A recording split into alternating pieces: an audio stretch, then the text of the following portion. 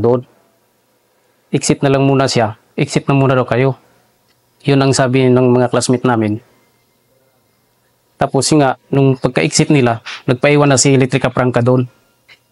Doon na siya doon na talaga na ang pagkaalam ko na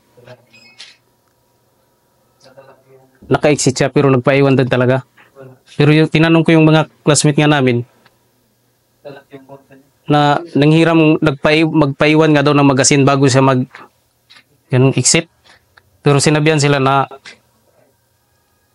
sila pina-exit talaga sila ni Electrica Prangka. Sniper si Electrica Prangka. Yung siguro nung nahuli na siya, buhay pa siguro siya nung nahuli na yun. Pinagtataga yung kamay niya. Tinanggal yung mga patches niya. Ang kalaban. Kinuha yung mga baril niya. Baril niya at saka yung bandoler, pack. Recover lahat ng kalaban.